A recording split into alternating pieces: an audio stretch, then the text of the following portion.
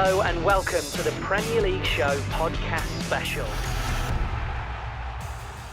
Welcome to Premier League Today as we come to the end of a spectacular match week 13. Yeah, on today's programme, there is a blow for Manchester City. Some people are trying to set a cheeky little personal best. Some people are naturally raising money for charity, and some people are getting ready for that big international marathon, which is going to be happening in Birmingham later on. And after all the drama and the excitement of the autumn internationals, we're in Devon for the Heineken Champions Cup, and we're hoping today's going to be a cracker.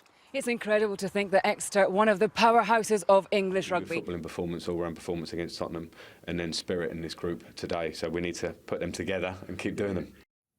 Yeah, very devastating for Arsenal. Now, we've had so much going on. We haven't even spoken about Manchester United winning 2-0 against Burnley as well. Now, a man who's played for Manchester United, Dion Dobbin, good to see you. Now, before we go any further, David Moyes, West Ham, thoughts? Something had to be done. How are we doing? Welcome, and thanks for joining us. And I tell you what, that New Zealand versus Ireland scoreline is definitely a scoreline that reverberated across the sporting world. And I'm also glad to be joined by two former Ireland internationals, Peter Stringer, Luke Fitzgerald. Good to see you. Now, Peter, did you allow yourself a couple of orange juices to celebrate? It was a good win, but I didn't get carried away. 1 second, just film it. Yeah, just give it 2 seconds. We're just filming it.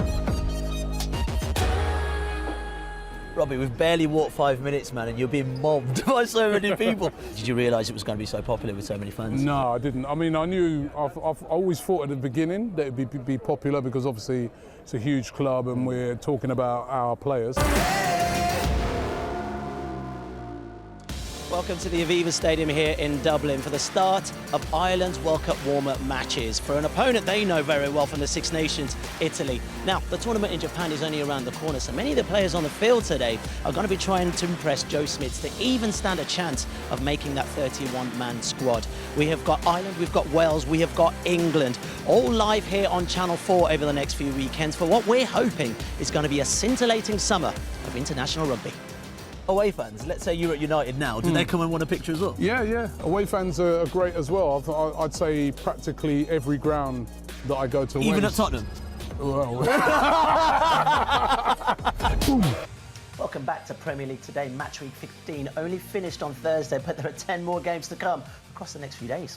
We are in the fan zone, and later on this place is going to be absolutely heaving with loads of rugby fans. There's going to be food, there's going to be live music, and there's going to be the odd beer flowing as well. And look who I'm joined by, two very wonderful humans, Big Tackle Ferry, Nolly Waterman, and also local lass Sarah Hunter, MBE, and England captain as well. Now, you guys were on the coffees a bit too early. Is this just nursing a hangover from last night, or what are we doing? No, just a bit of caffeine to kickstart the day, you know? Everton, who hosts Spurs in a couple of days' time, and Ralph Hasenhüttl's side are on a particularly good run. You can tell why he's happy in this picture. Yes. Look at this set of results. The last 6 matches, only 2 defeats and 2 massive games for them away to Aston Villa and Chelsea. 3-1 away to Villa, 2-0 away to Chelsea. How fantastic is that? And as Lindsay Hooper reports, it's mostly down to their super striker. We got the campaign Think Outside the Blocks.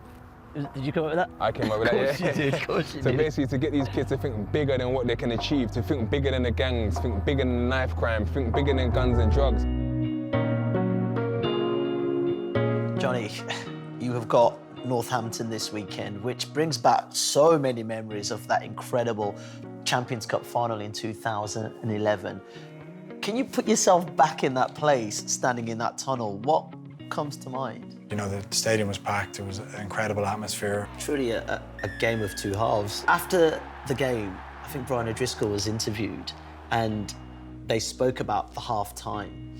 And he said, you were the one that was most vocal at that point. I do watch a lot of sport and, you know, you do see it in finals a lot where teams can come back and I felt that we could come back, and the reason why was because I didn't feel, I thought we were mentally and you know, really switched on to play the game, and I still felt that, and I just felt that we were.